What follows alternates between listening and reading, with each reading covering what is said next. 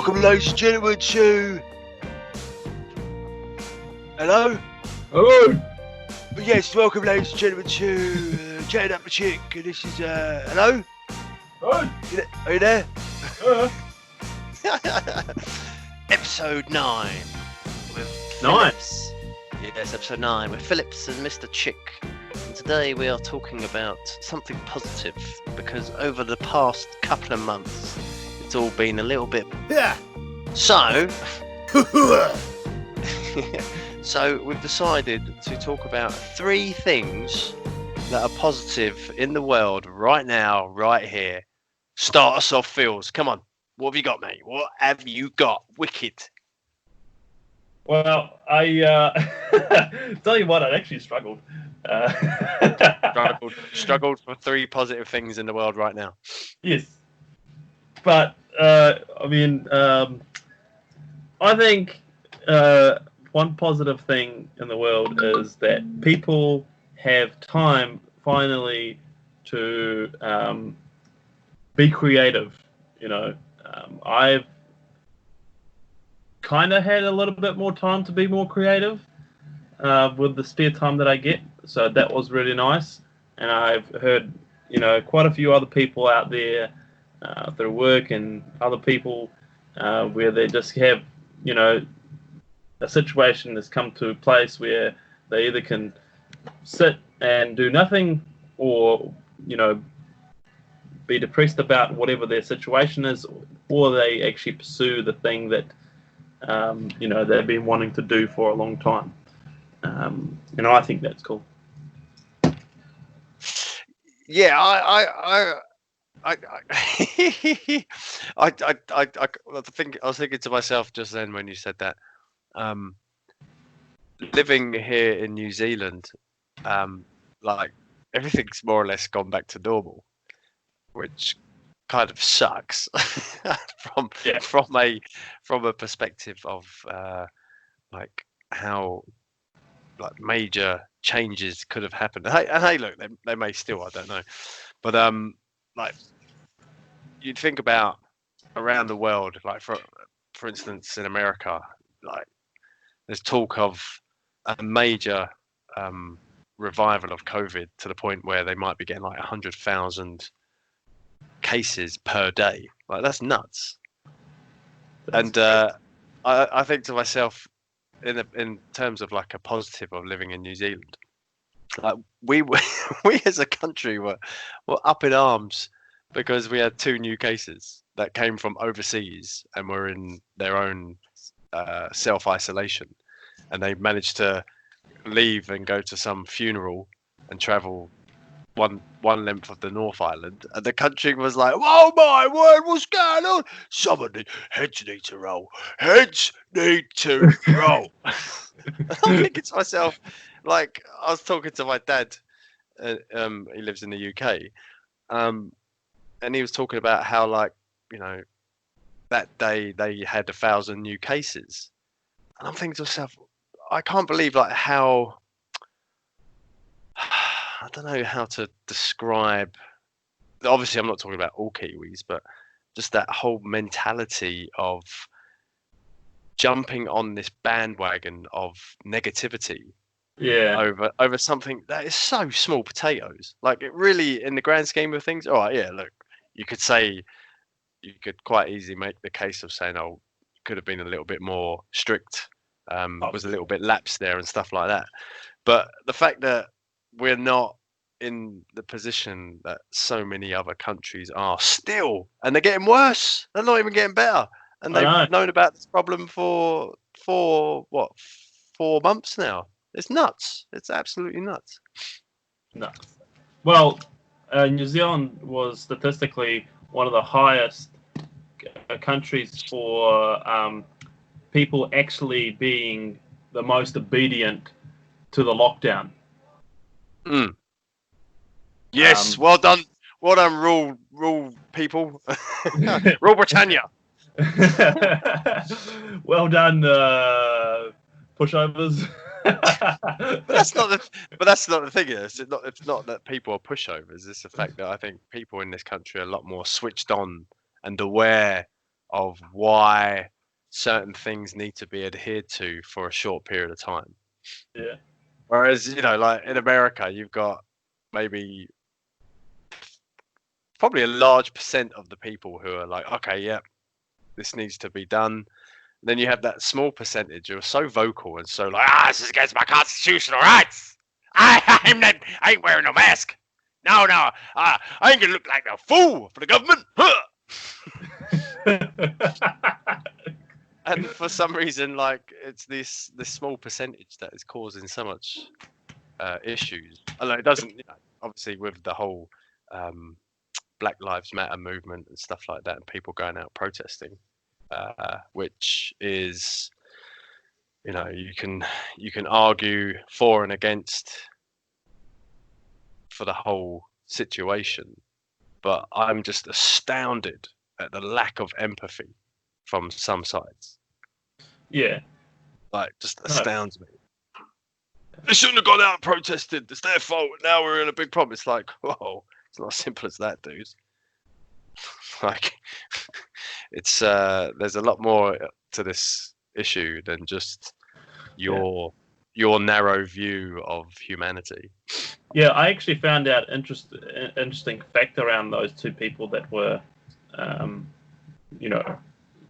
had COVID and they went traveling. After that event, I was watching LinkedIn, and there was a post on there from a MP talking about in Parliament how he was like outraged the fact that National didn't take every precaution to ensure that they are tested after they leave quarantine and all this stuff. Yet what most people don't know is that the people that actually let him through and allowed that to happen was actually the National Party people that were actually advising these two individuals to be okay to leave and to go. And then and it ended up in the Parliament they were like, oh, this is an outrage. If we were in government, we wouldn't have this. We would be blah blah blah. And then you see all these comments down below with all these people who are CEOs of pretty major brands of or major businesses, and be like, yeah, he's right, freaking F Labour and these guys are idiots. And I'm like, hang on a second, that is just like you're just jumping on a bandwagon of just because you want to get into Parliament, or you want to be in the power seat yourself, and you're completely manipulating the whole situation. It's just mind blowing. I think people call that the blinkered view. Hello. Yeah, funny. All right, what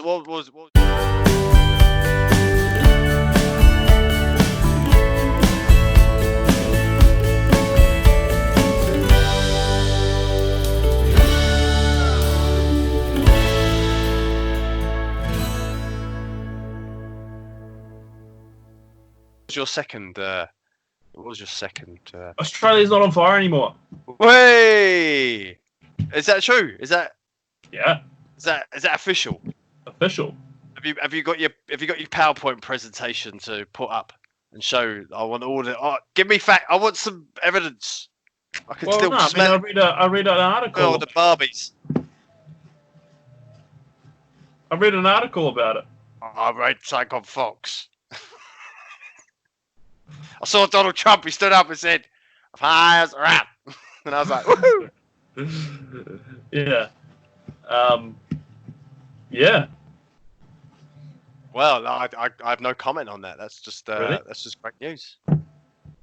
Well, I mean, I think Australia's had it particularly hard this year, to be honest. They had the fires. Had it hard for They centuries. had COVID. They had lockdown. It's just... I want to get involved with hitting things. Hit it.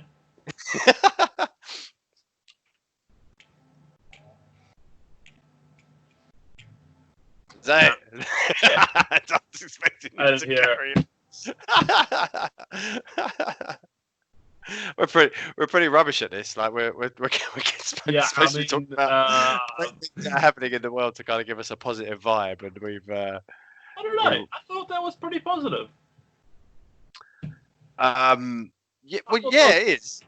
It's expected. Like you wouldn't expect something to burn forever. No.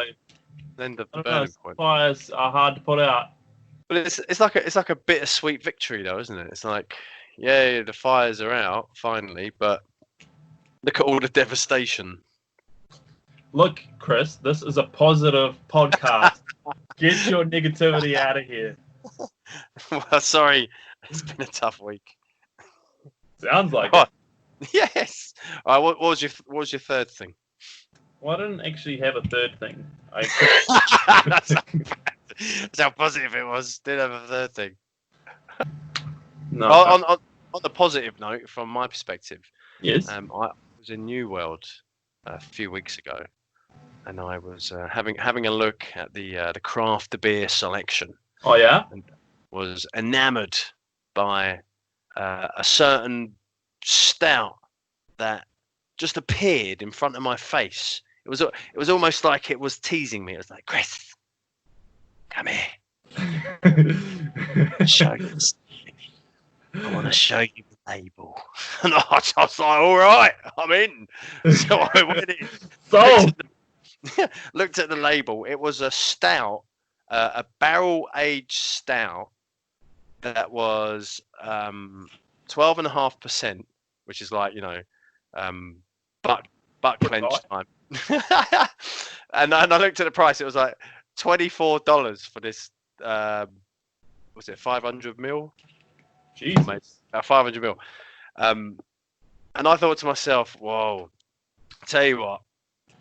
Once I've paid off my mortgage, which is a positive thing, I will go and get myself a bottle of that stout, because I can't really justify paying so much money for something that is obviously going to blow my mind. Like I know. I don't know. Isn't that worth it though? But this is the thing. I was back in there a few days later, and I went to look at it again because I was enticed by that whole look. I mean, look at me label. Hey, Chris. And you're back here again. And yeah, you're back. I knew you wanted me. Yeah, I was there, and I couldn't Adam and Eve it. Completely sold out. Like, yeah, there was probably about at least. Sucker. There's probably at least about 7 bottles there. 3 days later, I went back, sold out. I thought, what the hell? So look, someone is enjoying some barrel-aged stout that's 12.5% that clenches your cheeks together. So that is a positive thing. Actually, I have another positive thing. I really enjoy how supermarkets and a lot of places are actually pretty much all uniformly or mostly there have stopped using plastic bags. I don't think I've been to a place where I've been given a plastic bag anywhere really. I went and grabbed noodles today, and instead of giving me a plastic bag as they used to do, it was a paper bag, which was a good change. I thought it was nice to know that even not only the major brands but the small businesses are really being pushed into that direction. Good. Yeah, it's a funny one, that one. I'm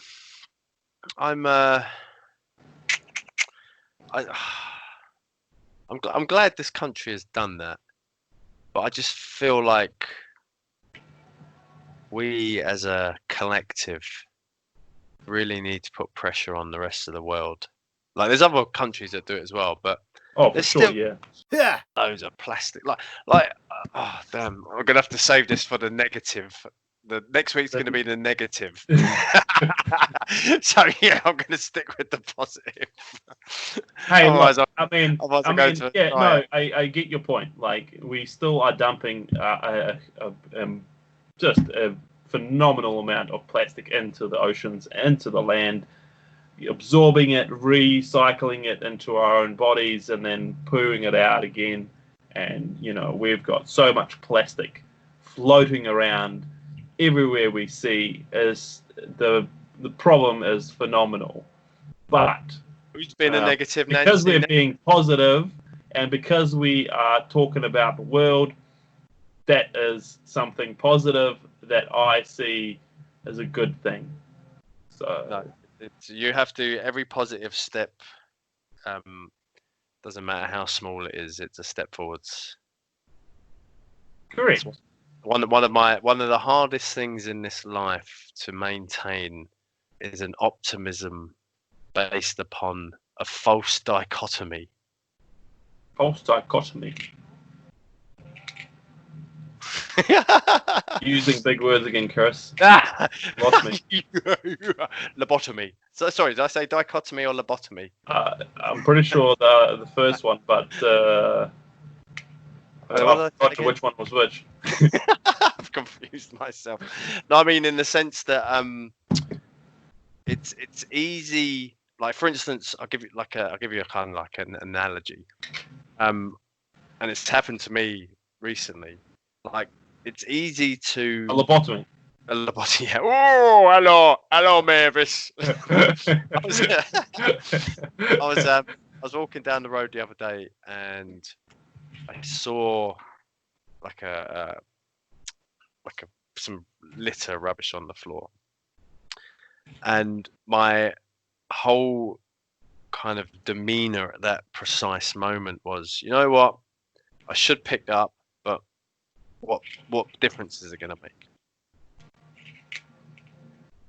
And that for me, big difference. Excuse well, me. yeah, but this for me is it's easy to fall into that mindset where your optimism is kind of destroyed by a thought process that you can quite easily justify.